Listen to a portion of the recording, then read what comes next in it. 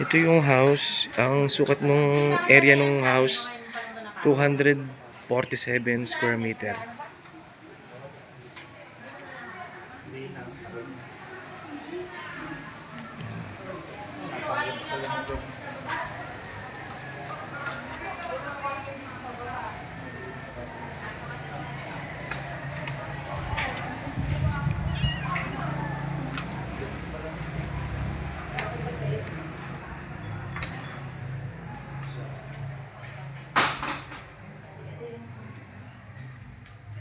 Ilan yung kwarto nito? Lima. Sa baba lang. Oo. May isa sa taas. Itong isa kasi para sa maid.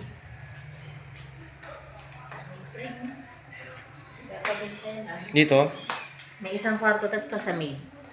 Sa taas. Katasan ng ilaw dito. Dito sa gilid.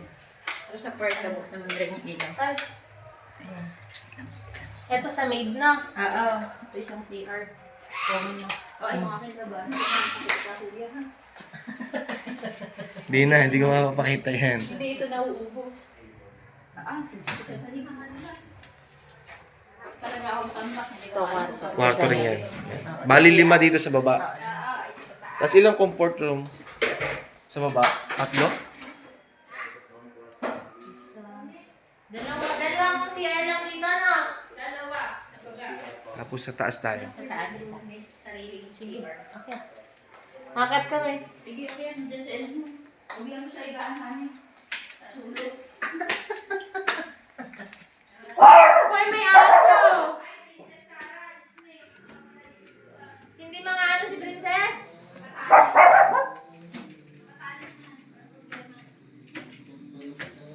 Isang kwarto. Ito. Isang CR. Isang CR. Isang kwarto. Princess, ganyan ka na kita. Ginagawa lang ng higaan doon sa ginagamit yung mga board. Kahit amin lang. Look, Neil mo, nag-join ka? Lagi. Sige, paano po?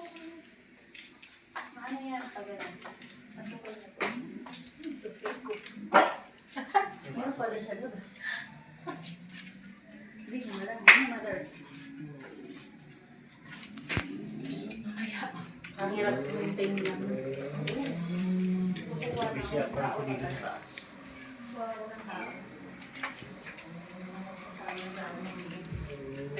Hanap ka? Meron ka. Mga nanay ko na lang yung parang nalalo. Hirap ang ibang tao. Sanay din naman yata silang mag-alit. Nag-alit. Oo. Wala siyang exam ngayon. Mamaya pa, 20. Kahapon siya nag-ano. First day. First day. Sumato ng maalam, hindi nga alam. Tinawagan namin ng maalam. Hindi ko alam.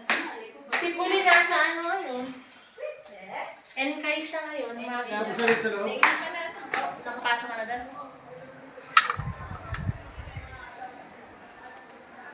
Ano ba? Ano ba? Nagigit ka? Talo naman talaga yung dalawang. Kakayahan lagi. Maganda yung area.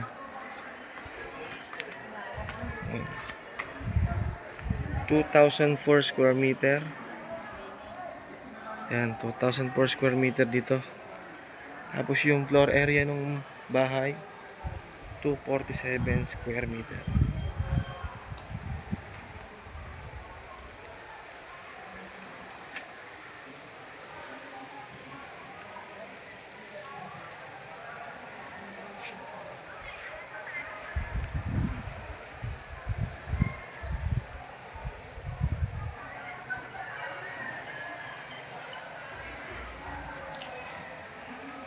PM lang mga boss. Always open naman po ang draping nito.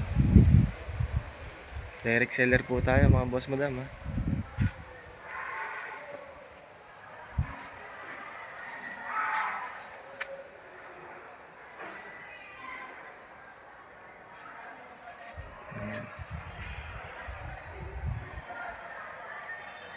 Malapit lang to sa lugar ko mga boss madam.